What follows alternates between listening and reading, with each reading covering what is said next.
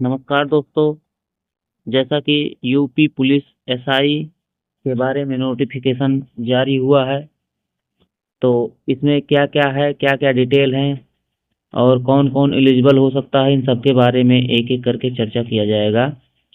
तो जैसे कि आप देख रहे हैं स्क्रीन पे, UP police SI syllabus exam pattern 2025, ये चीज़ें लिखी हुई हैं। तो यहाँ पे आपको एसआई का सिलेबस क्या होगा, पैटर्न क्या होगा, उनके बारे में बात किया गया है। ये जो पोस्ट आया है ये अगस्त 12 2025 11:50 PM पे आया, मतलब ये वही रात में अभी अपडेट हुआ है। तो इसमें दिखाया गया है the Uttar Pradesh police has released 4543, मतलब 4543 new vacancies for sub inspector civil police, sub inspector civil police women PC, sub inspector platoon commander special security forces. ये पोस्ट हैं। Cracking the SI exam demand a well planned strategy, the right resources and a thorough grasp of the latest UP police SI syllabus and exam pattern. A detailed understanding of the syllabus and exam pattern helps aspirants clearly identify the topic covered and the distribution of questions across each section. तो इसमें हमें ध्यान रखना है कि 4543 post हैं, और जो मेन बात है कि इनका पैटर्न कुछ जो चेंजेस हुआ उसको दिया गया है, और सारे सेक्शन वाइज डिवाइड रहेंगे। शॉर्ट नोटिस डेट जो है आया था कब, ये 28 मार्च 2025 को आया था। तब से अब तक कोई अपडेट आया नहीं था, लेकिन आज ऑनलाइन अप्लाई स्टार्ट डेट आज से स्टार्ट होगा 12 अगस्त 2025 से। और कब तक फॉर्म भरा जाएगा, ऑनलाइन अप्लाई लास्ट डेट 11 सितंबर 2025 तक फॉर्म भरा जाएगा। अब यहाँ पे latest date for fee payment 11 सितंबर 2025, तो लगभग एक महीने रहेगा फॉर्म। एग्ज़ाम डेट जो है अभी नोटिफिकेशन सून, वो सब बाद में आता है फॉर्म वॉर्म भरने के बाद, और फिर रिजल्ट भी बाद में आएगा। यहाँ पे फीस की बात की जाए तो जर्नल और ईडब्ल्यूएस ओबीसी के लिए 500 रुपये, SC/ST के लिए 400 रुपया है। पेमेंट मोड ऑनलाइन रहेगा, डेबिट कार्ड क्रेडिट कार्ड, ये सबको पता है। एज की बात की जाए तो एज इसमें 21 साल मिनिमम और मैक्सिमम 28 साल है। UP police provided age relaxation for the sub inspector SI position as per the regulation, मतलब कुछ लोगों को एज रिलैक्सेशन भी मिलेगा, वो डिपेंड करेगा उनको जिस तरह से गाइडलाइन दी गई होगी। अब इसमें बात की जाए सिलेबस की, तो सिलेबस में दिखा रहा है जनरल हिंदी के 40 क्वेश्चन रहेंगे, current affair basics constitutional 40 question रहेंगे, न्यूमेरिकल एबिलिटी के 40 क्वेश्चन रहेंगे, मेंटल एप्टीट्यूड के 40 क्वेश्चन रहेंगे, टोटल 160 क्वेश्चन रहेंगे। देखिए हिंदी को 100 नंबर से मार्क दिया गया है, करंट अफेयर और कॉन्स्टिट्यूशनल जनरल नॉलेज को 100 मार्क दिया गया है, न्यूमेरिकल एबिलिटी और मैथ और एप्टीट्यूड टेस्ट को 40 मार्क दिया गया है, मेंटल एप्टीट्यूड रीजनिंग को 100 मार्क, टोटल 400 नंबर के पेपर होंगे। और इसमें 160 क्वेश्चन होंगे, 2 घंटे मिलेंगे। ये ARO अगर कोई तैयारी किया होगा तो उसे समझ में आया जाएगा, लगभग उसी की तरह सिलेबस सा लग रहा है मुझे। चलिए आगे बात करते हैं कि सिलेबस में हिंदी में क्या क्या टॉपिक है। इसकी बात वही पुरानी जो चीज़ हम लोग पढ़ रहे हैं, अगर आप ध्यान से देखें तो कुल मिला जुला के कुछ बचा नहीं है इसमें। हिंदी और अन्य भारतीय भाषाएं, हिंदी वर्णमाला, कुछ भी ऐसा है नहीं, मतलब पूरा बुक ले लो, पूरी बुक पढ़ डालो। इसमें मुझे देख के एक झलक में यही लग रहा है। फिर उसके बाद जनरल नॉलेज में Indian and it's adjacent countries, scientific progress and development, national international award, Indian language, book and author, script and Capitals and currencies, sports and important athletes. तो एक चीज तो समझ में आ गया, इन्होंने ज्यादा फोकस क्या किया है, लगभग इंटरनेशनल चीजों पे ही फोकस किया है, और इंडियन के टॉपिक से ज्यादा। फिर आगे बात होती है कि यहाँ पे लॉ एंड कॉन्स्टिट्यूशन के बारे में पढ़ा है, तो जो टॉपिक दिए हैं उन्होंने बता दिया है। फिर उसके बाद मैथ में number system, simplification, HCF, graph, table, decimal, fraction, compound and simple interest, partnership, profit loss sign और परसेंटेज में इंश्योरेंस, वही सारी चीजें हैं जो हम लोग काफी पढ़ चुके हैं। मतलब कोई नया चीज नहीं दिख रहा मुझे यहाँ पे। और यहाँ पे मेंटल एबिलिटी सिलेबस जो है, डायरेक्शन, डाटा इंटरप्रिटेशन और फोर्सफुलनेस ऑफ आर्गुमेंट, डिटरमाइंड, ये सारे जो टॉपिक है मैं आपको बता देता हूँ। लॉजिकल डायग्राम हो गया, सिंबॉलिक रिलेशनशिप, कोडिफिकेशन हो गया, प्रिसिशन टेस्ट हो गया, word formation, letter and number series, word alphabet analogy, common sense test, letter and number. तो इन सब में देख के लग रहा है ना, ये रीजनिंग के जो वो पार्ट है, इसमें मतलब तुमको लगेगा सब कुछ सही है और गलत हो जाएगा। तो कहीं ना कहीं मैं कहूंगा कि रीजनिंग का वेटेज इन्होंने बढ़ाया है और रीजनिंग बड़ा मजबूत देगा, ये मान के चलिएगा। और प्रैक्टिस बहुत करनी पड़ेगी। इंटेलिजेंट कॉन्टेस्ट और फिर वही कॉन्टेस्ट, कोडिंग, डिकोडिंग। अच्छा, ये था मेंटल एबिलिटी। ये मेंटल एबिलिटी वाले ऐसे होते हैं, उसमें सिर्फ स्टेटमेंट वाइज रीजनिंग बनता है, जो कुछ शेर कुछ गधे ऐसे टाइप के, कि मान लीजिए एक कहानी दे दिया, एक स्टेटमेंट दिया कि सरकार ने ये एडवाइजरी जारी की है, इसका मतलब ऐसी घटना हो रही है, तो दोनों लिंक है कि नहीं लिंक है, वो इसमें है। और ये अलग है। तो रीजनिंग भी पूरी पूरी समझ लीजिए बुक ही दे दी है। मेंटल एबिलिट्यूड, टेस्ट सिलेबस दे दिए इन्होंने। फिर आगे बात होती है रीजनिंग एबिलिटी, सिलेबस पूरा दे दिया है, इसमें क्या क्या आना है। और फिर बात होती है इनका कि written exam physical efficiency test होगा, लेकिन क्या यहाँ पे कहीं फिजिकल एफिशिएंसी के बारे में पूरा डिटेल लिखा गया है? तो यहाँ पे नहीं दिख रहा है। तो हम लोग चलिए देखते हैं, यहाँ पे क्लिक करके डाउनलोड सिलेबस और पैटर्न का डाउनलोड करके देखते हैं। फिर ये क्या करते हैं उसकी स्थिति हम बताएं। तो जैसा कि पीडीएफ हम लोग खोल चुके हैं, पीडीएफ में देखेंगे क्या क्या डिटेल दिया गया, भर्ती की प्रक्रिया की बात किया गया है।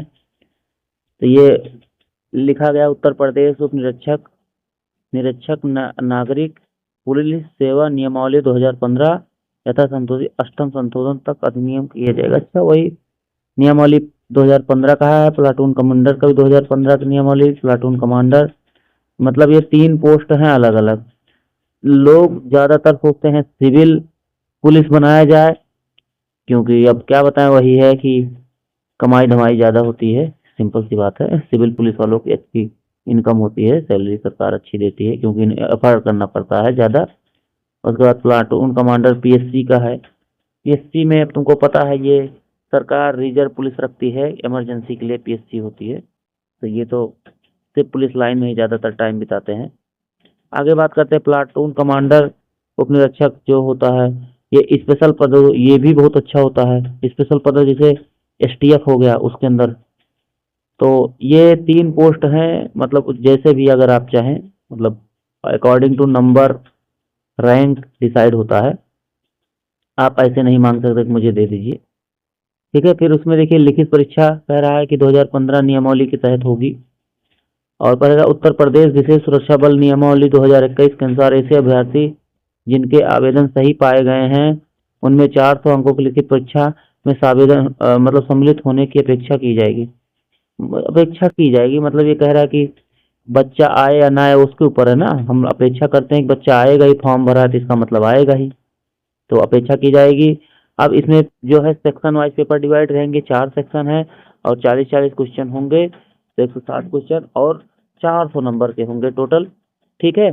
फिर उसके बाद आगे बात करते हैं उत्तर प्रदेश उप निरीक्षक और निरीक्षक नागरिक पुलिस सेवा नियमावली 2015 के अष्टम संशोधन, वो सब वही बात हुई है कि इसमें कह रहा है कि लिखित परीक्षा में प्रत्येक विषय में 35% अंक और कुल 50% अंक प्राप्त करने में विफल रहने वाले अभ्यर्थी भर्ती के लिए पात्र नहीं होंगे। अब देखो कंडीशन हो गया है कि तुमको हर सेक्शन में पास होना है, मतलब प्रत्येक सेक्शन में पास होना जरूरी है। अगर प्रत्येक सेक्शन में तुम पास नहीं होगे, कितना 35% अंक, देखिए इसमें कहा है 35% अंक, और टोटल 400 नंबर में से तुमको कम से कम 50% मतलब 200 नंबर तो आने ही जरूरी है भर्ती। अच्छा, इन्होंने अच्छी बात यह है कि पहले से ही क्राइटेरिया फिक्स कर दिया है कि इतना इतना नंबर अगर बच्चा ले आएगा तो उसे हम बुलाएंगे।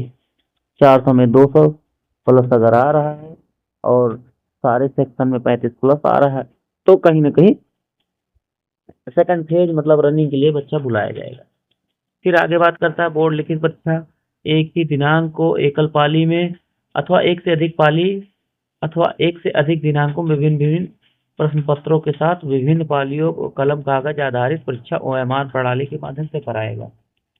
तो हो सकता है अगर कम बच्चे भरे तो एक ही पाली करा देगा, वो उनके ऊपर डिपेंड करेगा। फिर कह रहा है यह लिखित परीक्षा ओएमआर आधारित प्रणाली के अनुसार संपन्न कराई जाएगी। लिखित परीक्षा का विस्तृत प्रक्रिया अवधारणा बोर्ड द्वारा कराया जाएगा। ठीक, वो बोर्ड अपना कराएगा जो भी है। अब टाइमिंग बताए हैं कि 2 घंटे का पेपर होगा, 120 मिनट मतलब 160 क्वेश्चन मिलेंगे। भाई एक चीज तो तुम सोचने वाला है, समय बहुत कम है। इन्होंने जो क्राइटेरिया दिया है 50% सभी सब्जेक्टों को मतलब 200 नंबर लाने हैं और हर सेक्शन में 35% लाना है, तो अगर आप नोटिस करेंगे 120 मिनट और तुम्हें 160 क्वेश्चन, तो एक बार देख के तो दिमाग खराब हो जाए। और रीजनिंग मैंने देखा है लगभग 80 क्वेश्चन रीजनिंग के हैं। अगर कोई बच्चा रीजनिंग में उलझ गया तो फिर उसका तो फिर लोट पोट होना तय है, क्योंकि रीजनिंग प्रैक्टिस पे होती है। जितना ज्यादा प्रैक्टिस करेंगे आप उतने बढ़िया आपकी एक्यूरेसी बढ़ेगी। और अगर कहीं आप भाई उलझ गए तब तो फिर खत्म कहानी, फिर कुछ नहीं होना है। फिर लिखित परीक्षा के 4 सेक्शन होंगे, वो तो सबको पता है, और 4 विकल्प होंगे, जो सही होंगे वो सबकी बात है। अब फिर कहते हैं कि वो स्कैनिंग के लिए प्रयुक्त होगी। 3 पर्चियां होती वही है मूल, मतलब एक प्रति जो कॉपी वाली होती है तो सबको पता है, जो बच्चा पेपर दिया होगा लेके चला आएगा और इस वेबसाइट पे जाके अपना प्रवेश पत्र डाउनलोड करेगा। ठीक है, तो सारी पूरी कहानी इन्होंने बताया है। इन्होंने कहा है कि नॉर्मलाइजेशन अप्लाई होगा अकॉर्डिंग टू सिचुएशन। ठीक है, और फिर आगे बात होती है कि नॉर्मलाइजेशन की बात हो रही है इसमें, तो नॉर्मलाइजेशन करेंगे। फिर आगे हम लोग यहाँ बात करते हैं प्रश्न पत्र हिंदी को छोड़ के बाकी सारे अंग्रेजी में होंगे, अंग्रेजी हिंदी दोनों भाषाओं में होंगे। और एक चीज इन्होंने कंडीशन लिखा है कि अगर कोई संशय की स्थिति में अंग्रेजी भाषा के अंकित प्रश्न ही मान्य होंगे। अगर मान लीजिए कहीं हिंदी में कुछ गलत छप गया, कुछ उलट छप गया, तो इन्होंने कहा है कि इंग्लिश का जो क्वेश्चन लिखा होगा वही मान्य होगा। तो इसीलिए जब डाउट में हो तो एक बार इंग्लिश क्वेश्चन जरूर पढ़ लीजिएगा। और इन्होंने फिर कहा है कि नॉर्मलाइजेशन इस बार देखिए, इन्होंने आप लोग क्लेम भी नहीं कर सकते, क्योंकि इस तरह से इनको एक एक सेक्शन लिखना क्यों जरूरत पड़। देखिए ना, लिखित परीक्षा के उपरांत बोर्ड द्वारा उत्तर कुंजी प्रकाशित की जाएगी तथा प्रश्न पत्र एवं उत्तर विकल्पों के बारे में अभ्यर्थी से आपत्तियां आमंत्रित की जाएगी, जिस पर अभ्यर्थी अपनी आपत्तियां ऑनलाइन प्रस्तुत कर सकते हैं। यदि कोई प्रश्न या उत्तर उसके सभी उत्तर विकल्प त्रुटि पाए जाते हैं तो ऐसे प्रश्नों को निरस्त कर दिया जाएगा और उन निरस्त प्रश्नों को अंक का वितरण माननीय उच्च न्यायालय इलाहाबाद के रेट याचिका संख्या वो जो लिखा गया है पवन कुमार अग्रहरी बनाम उत्तर प्रदेश लोक सेवा आयोग माननीय उच्च न्यायालय द्वारा स्थापित। मतलब इनमें कंडीशन क्या है कि अगर कोई क्वेश्चन गलत हो गया क्लेम करने पे क्वेश्चन ही निरस्त कर दिया जाएगा, जिस तरह से रेलवे करना शुरू कर दिया है।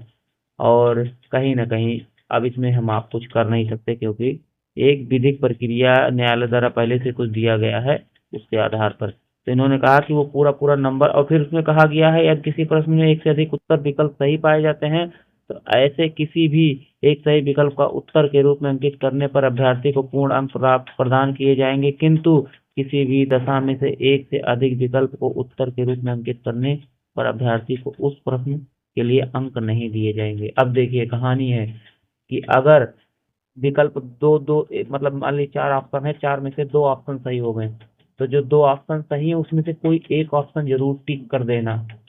इन्होंने कहा है अगर ऐसा नहीं करते हैं तो आपको मतलब नंबर नहीं मिलेगा। अगर आप दोनों एक साथ टिक कर देते हैं, मतलब दोनों दोनों पे गोला बना देते, सर्किल ओ मार भर देते, तो गलत हो जाएगा, एक को नंबर नहीं मिलेगा। सिर्फ कोई एक टिक करना और नंबर आपको पूरा पूरा दिया जाएगा।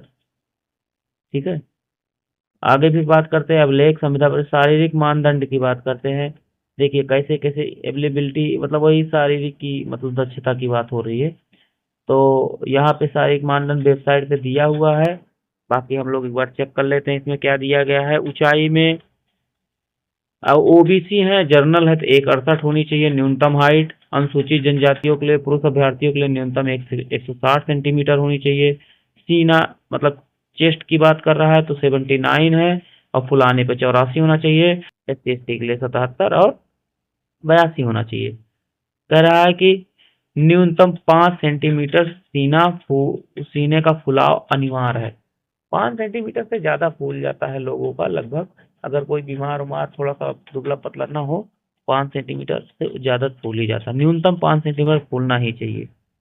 और महिला अभ्यर्थी का शारीरिक न्यूनतम मानक क्या है इसमें देखिए, सामान्य ओबीसी SC/ST सबके लिए न्यूनतम हाइट 152 है। सिर्फ अनुसूचित जनजातियों के लिए, ST के लिए जो है उनके लिए 147 दिया है। वजन 40 किलोग्राम न्यूनतम, मतलब ऐसा ना हो कि आधी आय उड़ जाए, 40 किलोग्राम होना ही होना चाहिए उनका वजन।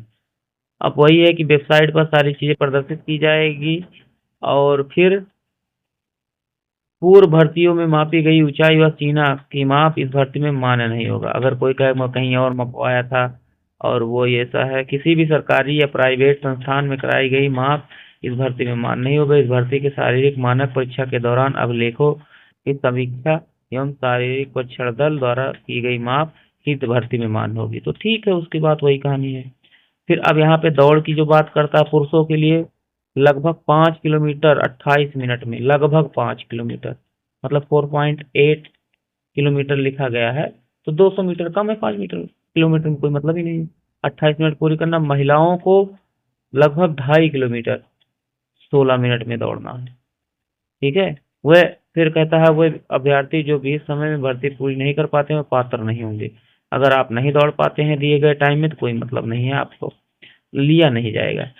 अब आगे फिर बात होती है कि चयन प्रक्रिया। कह रहा कि अगर यहाँ पे कंडीशन है कि उद्देश्य शारीरिक दक्षता और किसी भी स्थिति में अभ्यर्थी शारीरिक दक्षता परीक्षण हेतु निश्चित की गई अंतिम तिथि के पश्चात शारीरिक दक्षता परीक्षण में सम्मिलित होने का अवसर प्रदान नहीं किया जाएगा। जो टाइम मिलेगा उसमें अगर आप फिजिकल देने नहीं जाते तो आपको अलग से डेट नहीं मिलेगा। लेकिन महिला अभ्यर्थियों को शारीरिक दक्षता परीक्षा में गर्भवती होने अथवा अन्य किसी कारण से शारीरिक दक्षता की परीक्षा की अंतिम तिथि के पश्चात कोई अवसर प्रदान नहीं किया जाएगा। अच्छा, महिला अभ्यर्थी को भी शारीरिक दक्षता परीक्षा में गर्भवती होने पर या किसी अन्य कारण से, बड़ी समस्या ये भी है, मतलब महिलाओं को अगर आप गर्भवती हो गई हैं या फिर आप कोई और समस्या है तो भैया उनसे कोई रहम नहीं खाएंगे, कहेंगे आप जो है अलग से आपको डेट नहीं मिलेगा, उसी समय आप जाइए दौड़िए और जो करिए। और आगे फिर इसमें वही चीजें लिखा गया है कि इस परीक्षण में संचालित किए जाने वाले हेतु बोर्ड द्वारा संगठित समिति का गठन किया जाएगा, जिसमें जिला मजिस्ट्रेट द्वारा नाम निर्देशित कोई डिप्टी कलेक्टर अध्यक्ष होगा और पुलिस आयुक्त जिला पुलिस अधीक्षक द्वारा नाम निर्दिष्ट किया जाएगा। मतलब SP और इन सबको मिलके एक कमेटी बनाई जाएगी। और फिर यहाँ बात की जाती है कि आप अपना जो प्रवेश पत्र है वो सब जाके डाउनलोड कर लीजिएगा, वो तो अलग कहानी है। लेकिन कह रहा कि दक्षता के दौरान स्टेरॉयड उत्तेजक नशीला पदार्थ सेवन करना अनुचित है, जिसकी पुष्टि हेतु बोर्ड द्वारा आवश्यक जांच कराकर इस अभ्यर्थी को अभ्यर्थन निरस्त की जाएगी और कार्रवाई या अन्य विधिक कार्रवाई की जाएगी। और फिर चयन की अंतिम योग्यता, अगर आप फिजिकल निकाल लेते हैं, फिजिकल निकालने के बाद आपका मेडिकल होगा, मेडिकल के बाद आपका चयन सत्यापन होगा और बोर्ड द्वारा कोई प्रतीक्षा सूची तैयार नहीं की जाएगी। ये चीज ध्यान रखिएगा। जिस तरह से वेटिंग लिस्ट रेलवे पहले जारी करता था, अब रेलवे भी वेटिंग लिस्ट को हटा दिया है, वही चीज इसमें तो यहाँ लोग जारी भी नहीं करते थे। इसने कहा है कि बोर्ड द्वारा कोई भी वेटिंग लिस्ट जारी नहीं होगी। एक बार जो लिस्ट आती है उसी में अगर सिलेक्शन हुआ है तो हुआ है, अदरवाइज कोई बात नहीं। इसकी प्रक्रिया आपको समझ में आ गया। रिटर्न होगा, फिजिकल होगा, मेडिकल होगा, उसके बाद कैरेक्टर सर्टिफिकेट चेक की जाएगा और फिर आपका लिस्ट आएगा। तो जिस हिसाब से पेपर का देख के लग रहा है, मुझे एक चीज समझ में आया है कि इन्होंने मैथ से तो फेल दिया है। मैथ बहुत ज्यादा वेटेज ना देके इन्होंने रीजनिंग का वेटेज दिया है, और रीजनिंग जिस हिसाब से लोग लगता है, रीजनिंग में मैं बता दूं जो ये मानसिक अभिरुचि वाले प्रश्न आते हैं, उसमें पेन उठाना तो नहीं रहता है। पहली बात, आपकी मेंटल एबिलिटी, आपका प्रेजेंस ऑफ माइंड वहां पे देखा जाता है। और अगर उसमें ऐसा होता ना कि एक साथ मतलब तुमको लगेगा कि सारे क्वेश्चन मुझे आ रहे हैं, गलत हो जाएगा। मतलब आते क्वेश्चन गलत हो जाते हैं, तो मैं कहूंगा कि कहीं न कहीं बच्चों को रीजनिंग अच्छे से फोकस हो पढ़ना पड़ेगा।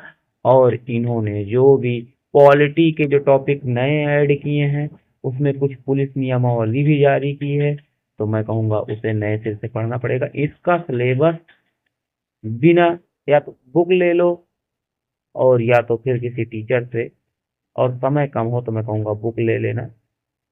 फिर ऑनलाइन कोचिंग टाइम बर्बाद करने से कोई मतलब नहीं है। चलिए, तो ये जानकारी रही है, फॉर्म का लिंक मैं दे दूंगा, आप लोग भर लीजिएगा।